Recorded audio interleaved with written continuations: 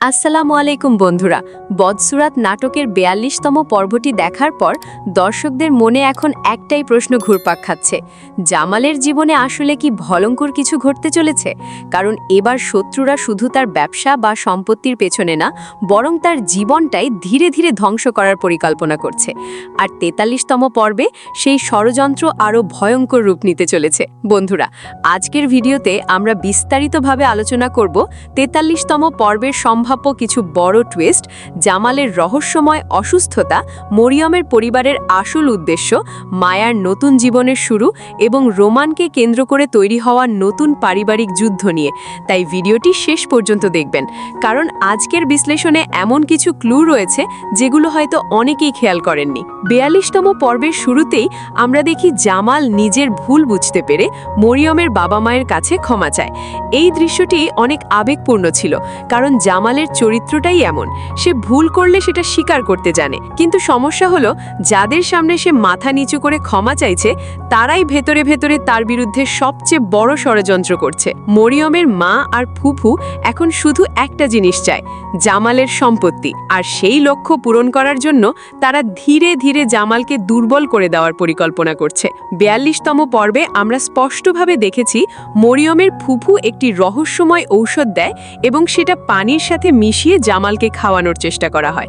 যদিও পুরো বিষয়টি খুব গোপনে দেখানো হয়েছে, কিন্তু এখান থেকেই নাটকের সবচেয়ে বড় রহস্যের শুরু। এরপর আমরা দেখি ব্যবসার গদিতে হঠাৎ অসুস্থ হয়ে পড়ে জামাল। মোশাররফ ভাই ফোন করে জানায় জামালের ফুড পয়জনিং হয়েছে এবং তার হাই প্রেশারও বেড়ে গেছে। এখানেই দর্শকদের মনে বড় প্রশ্ন তৈরি হয়েছে, এটা কি সত্যি সাধারণ অসুস্থতা, নাকি ধীরে ধীরে তাকে অসুস্থ করে দেওয়ার পরিকল্পনার অংশ? আমার মনে হয় ৪৩তম পর্বে এই রহস্য আরও পরিষ্কার হবে। বিশেষ করে মোশাররফ ভাই চরিত্রটা এখন খুব গুরুত্বপূর্ণ হয়ে উঠতে পারে, কারণ তিনি অনেক কিছু খেয়াল করছেন। হয়তো তিনিই প্রথম বুঝতে পারবেন জামালের অসুস্থতার পেছনে অন্য কোনো কারণ আছে। অন্যদিকে মায়ার গল্পেও এসেছে বড় পরিবর্তন।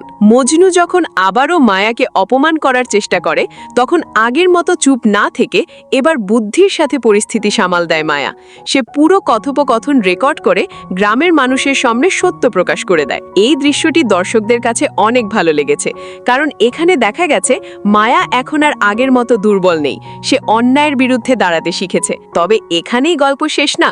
গণধোলায় খাওয়ার পর মজনু এখন প্রতিশোধ নেওয়ার সুযোগ খুঁজছে। সে বদরুলের বাড়িতে গিয়ে লুকিয়ে আছে।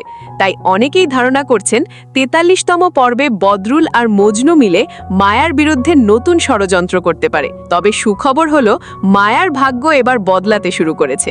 এক বড় কোম্পানির একজন কর্মকর্তা মায়ার সততা আর পরিশ্রম দেখে তাকে প্রতিদিন ৫০০ মানুষের সবজি সরবরাহের বড় একটি ব্যবসার অফার দিয়েছে। যদি এটা সত্যি হয়, তাহলে মায়ার জীবন পুরোপুরি বদলে যেতে পারে। সে নিজের পায়ে আরও শক্তভাবে দাঁড়াতে পারবে। এদিকে রোমানকে জেল থেকে ছাড়ানোর বিষয়টিও এখন বড় ইস্যু হয়ে দাঁড়িয়েছে।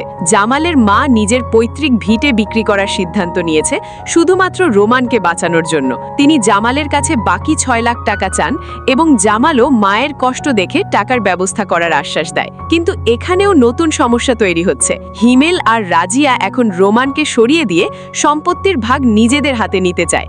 তারা রোমানকে দুর্বল অবস্থায় রেখে নিজেদের স্বার্থ হাসিল করতে চায়। তাই ৪৩তম পর্বে এই সম্পত্তিকে কেন্দ্র করে নতুন পারিবারিক দ্বন্দ্ব শুরু হতে পারে।